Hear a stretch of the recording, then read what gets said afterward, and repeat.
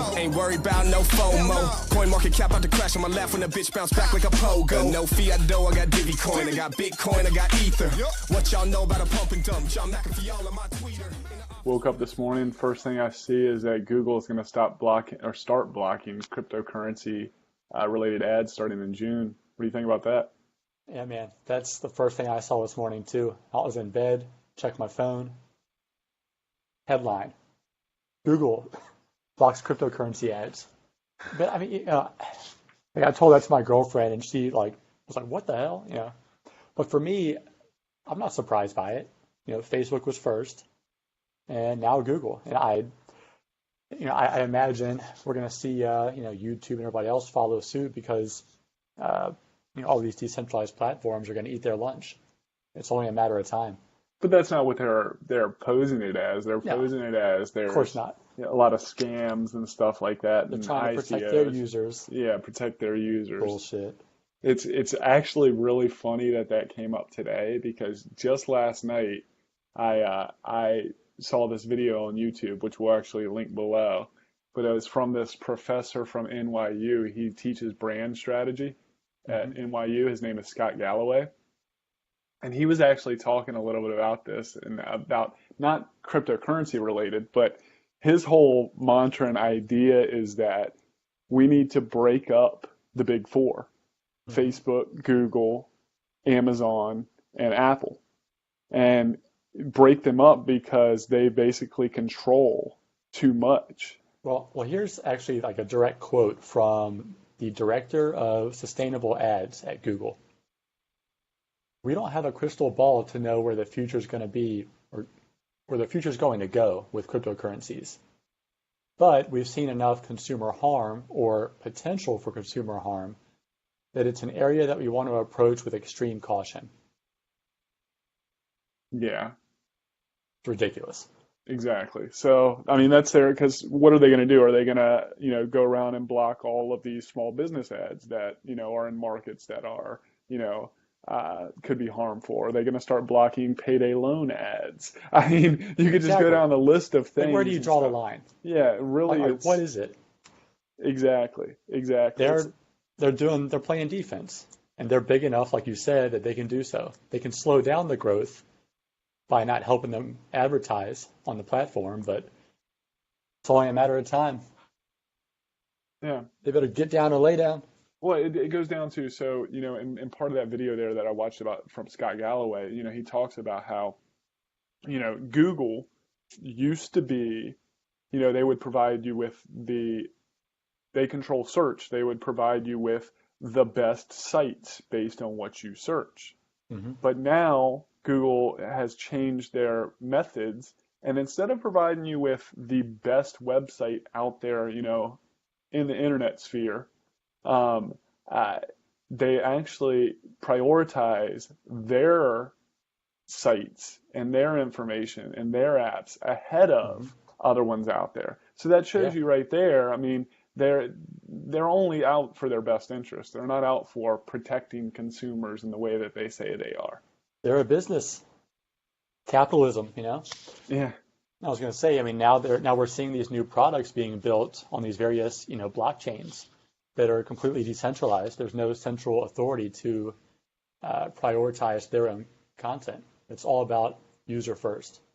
Let's pay the user directly for the content that they're giving this platform. Mm-hmm. Like if something's free, you're the product. But with this new, decentralization wave, that's being flipped on its head, which is great, obviously. That when it comes to Google ads, that Google actually controls 90% of search. So, I mean, that's a large number, but I guess we kind of all understand that because, I mean, it's become a verb now. I'm going to go Google something. Yeah. Whether you're going on Yahoo and using Yahoo or DuckDuckGo or whatever, you're Googling, Yeah. But this is a crazy stat. The search advertising market through Google is the second largest advertising market in the world. The only market that's bigger than search through Google is the United States market for That's advertising. ridiculous. The third is China. So Google search advertising is actually a bigger market than every other country, every other thing in the world besides the United States. Yeah, it's a superpower. It's totally a It is superpower. insane. It's totally a superpower. And Facebook combined with Google, they actually control, they have 103% of the growth when it comes to digital marketing. So Facebook and Google, which say they aren't these, news organizations and stuff, because basically they don't want to have to, they don't want to have to, what word am I thinking of here? When people post, fake news and stuff like that on their platforms, they don't want to say that they're a news site because they don't want to comply with what other news organizations have to. Right. But all in all, they are the largest news sites in the world. Exactly. Yeah. Well, which is interesting too, because that kind of fits in with Uber's like the biggest taxi service. They don't actually own any taxis, Yeah. like that kind of thing.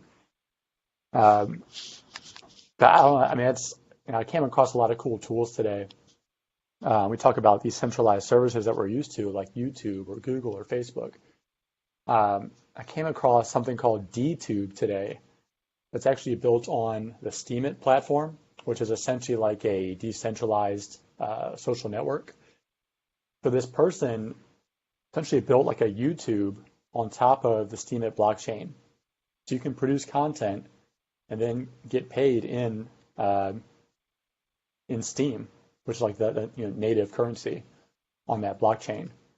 That's awesome. You actually showed me this right before our podcast came on here, and I mean, the site looks just like YouTube. It's like they took the UI from YouTube. We'll make it something called DTube, and it doesn't look like there's a lot of contributors yet on there per se. Yeah, it's still very new, which is pretty exciting though too. To kind of be one of the first movers there. Yeah. But I mean, from what I read, it was just like one dude that thought it'd be cool to have something like YouTube that's decentralized. I mean, I can't wait to use it. Maybe we'll end up making our own channel on there. Yeah, that's awesome. That's awesome. I definitely think we should check it out. I think anybody should check it out. My one question always comes back to, though, with things like this, that this is what always kind of revolves around in my head, is like you take, we've talked about Syscoin a lot in the past. You take Syscoin, they want to create like this decentralized marketplace that basically would, compete essentially with like something like eBay. Mm-hmm. But if you look at it, there was another one that you showed me today. That was another marketplace website that's going to come out. There's D Corp, I know, as a marketplace. Like, I can understand them taking market share and them popping up here and there, but is there going to come a point where there's too many trying to compete in the same space, trying to do the same thing? I mean, obviously that's what capitalism is, and only the ones will succeed. Yeah, I mean, in my mind, this is no different than the .com bubble. Like we have this new technology. You had people trying to build a lot of similar products, and in the end, the best one wins. Like Google wasn't the first search engine; they just made a better product. So then, wrapping this back to Google, there, we talk about them not showing these cryptocurrency ads because these could potentially be their competitors. Well, they've got more money than God. Why don't they just buy these companies and these ICOs, or build it themselves? And yeah, who knows? That I mean, that might be the case. They might be building their own thing in house, and they're trying to buy themselves some time. It's hard to say what they're going to do. I mean, I think we're going to see a lot more acquisitions. I think we're probably going to see a lot more, publicly traded companies, these centralized companies, try and buy these little startups, which will be interesting.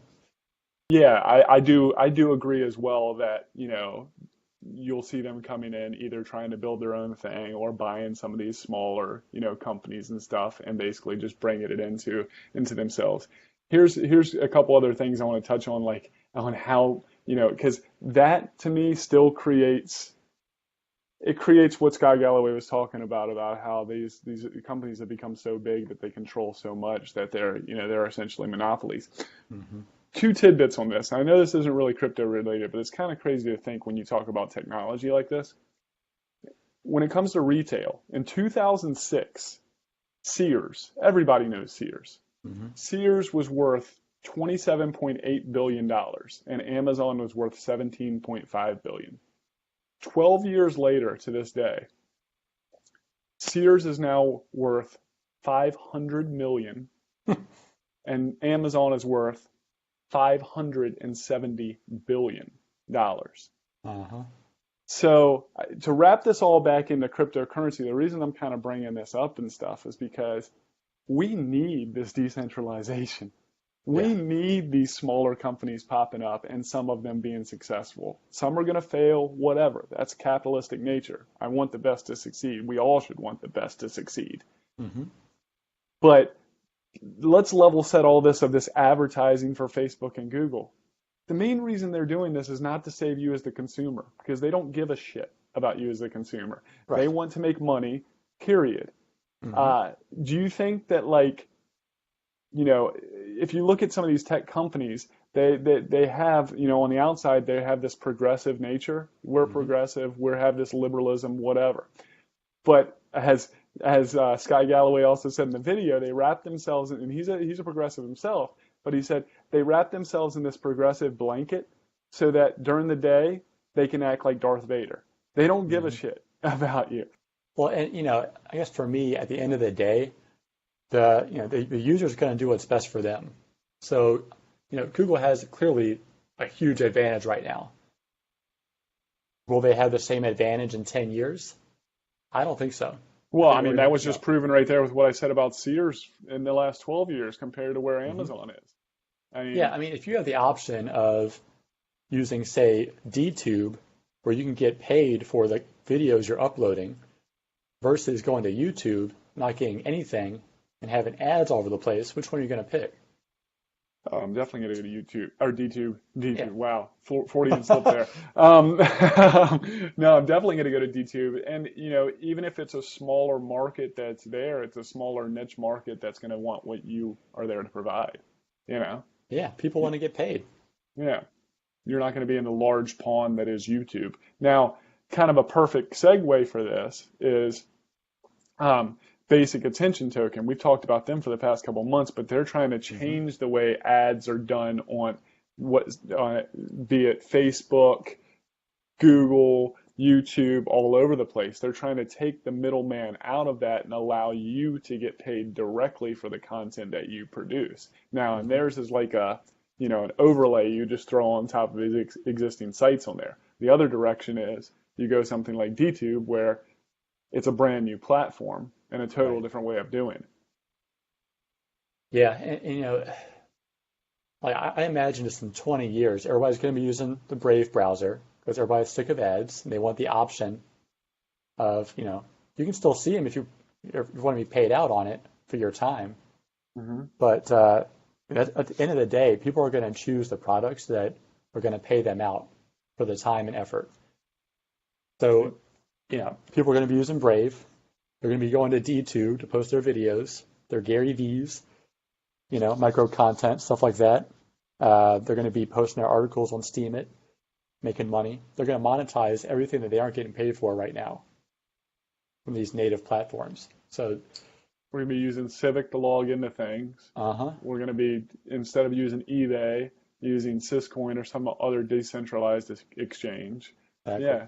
And it's just going to take a culture shift, and it's going to take, our generation changing the way that we've done things for the last 10, 15 years. I mean, Hmm. if you think about it, I talked to, when we were on a business trip that one time, not too long ago, out to San Francisco, we were talking to that kid that was like 18 years old, and he said that, I say kid, we're in our early 30s, so we were talking to him, and I was surprised to learn that he and his friends don't even have Facebook accounts. They don't even use Facebook. Yeah. So it might be, that generation that, obviously we're the start of it, but that generation that really embraces this decentralized technology and stuff, because they're not ingrained in using Facebook and, you know, the various things that we have that, you know, for the past 10, 15 years. Exactly. I mean, I still remember being in college and I didn't have access to Facebook. And I was like pissed, you know.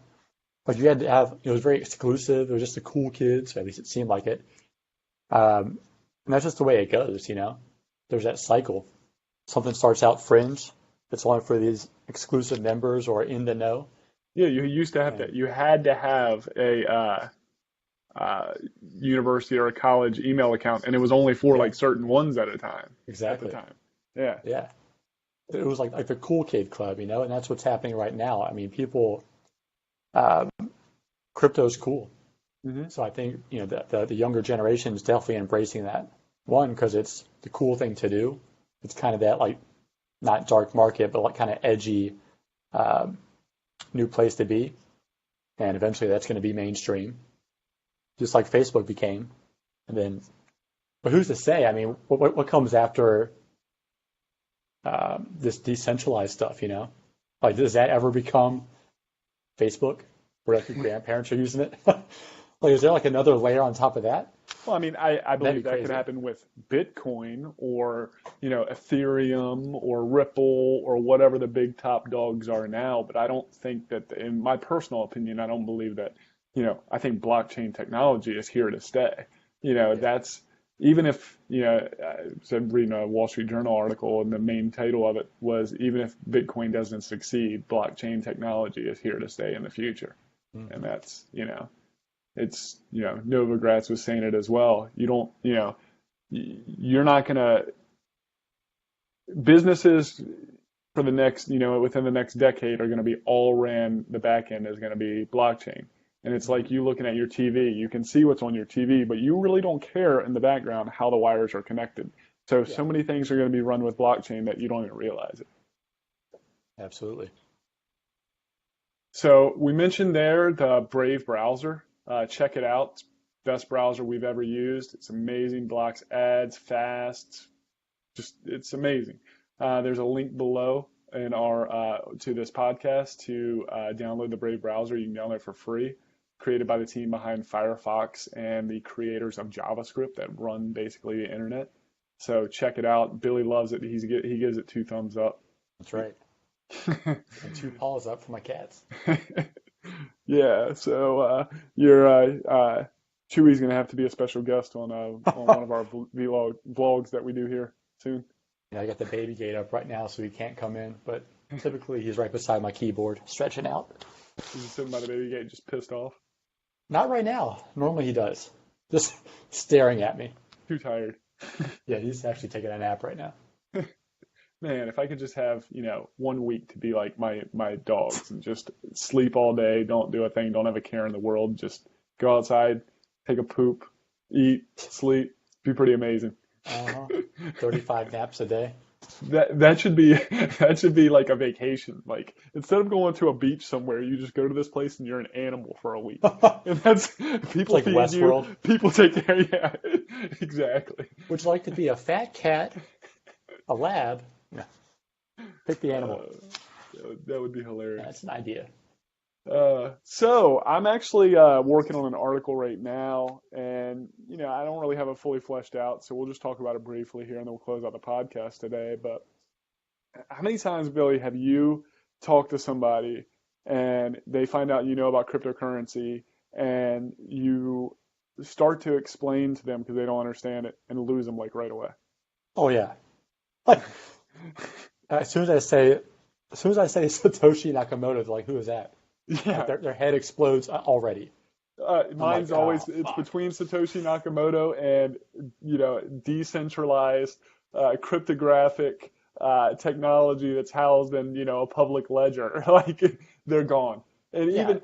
I'm even hitting it in my mind when I say that, like, why am I saying this right now? They're not going to get this at this point. Well, as soon as you say, like, well, they ask who Satoshi Nakamoto is, and as soon as you say, we don't know, it could be a group of people. They're like, what?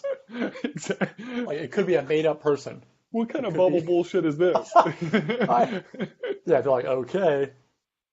So yeah, exactly. I mean, it just gets very, very difficult to explain something to people like this at times. But here's one thing that I want to explain, and then I'm gonna put this article out next week, and we'll go further in depth on the next podcast.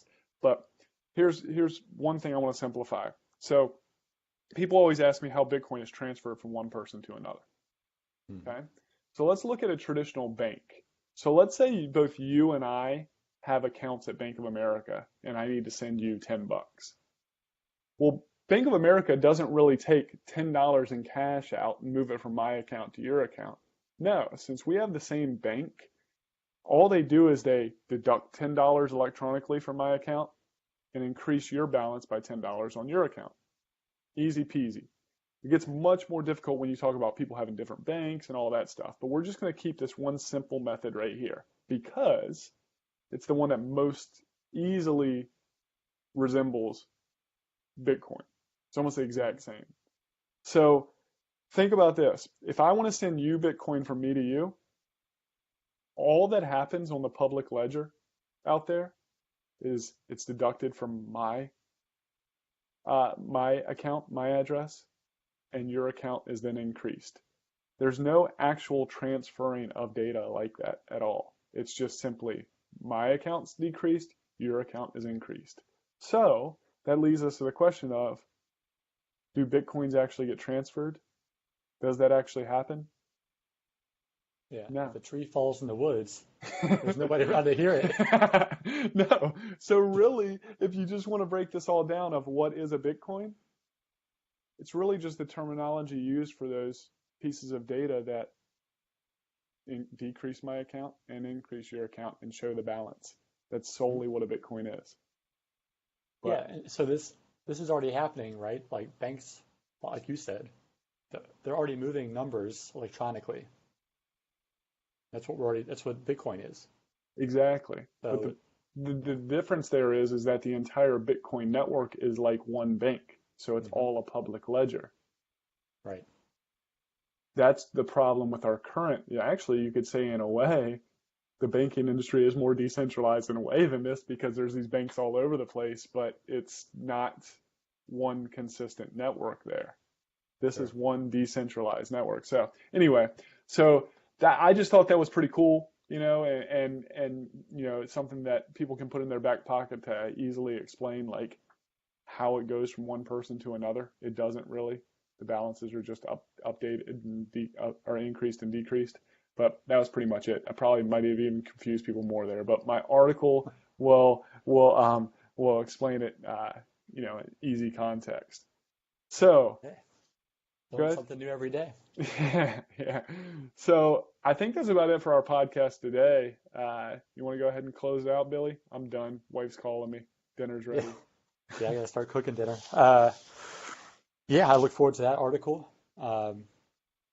And pretty much all I have. I'm gonna start looking into another service, a Masternode service actually, because I kind of touched on that in a previous article. But yeah, be on the lookout for that. It's kind of a turnkey service, makes it a lot easier to set one up. Yeah, besides that, that's all I have. Cool. We'll catch you guys later. Have a good one. She don't know I got a master know. Even my son told me buy the dip, ain't talking about what you put on potato chips. Even my son told me buy the dip, ain't talking about what you put on potato chips. I buy the dip, dipping. I buy the dip, dipping. I buy the dip, dipping.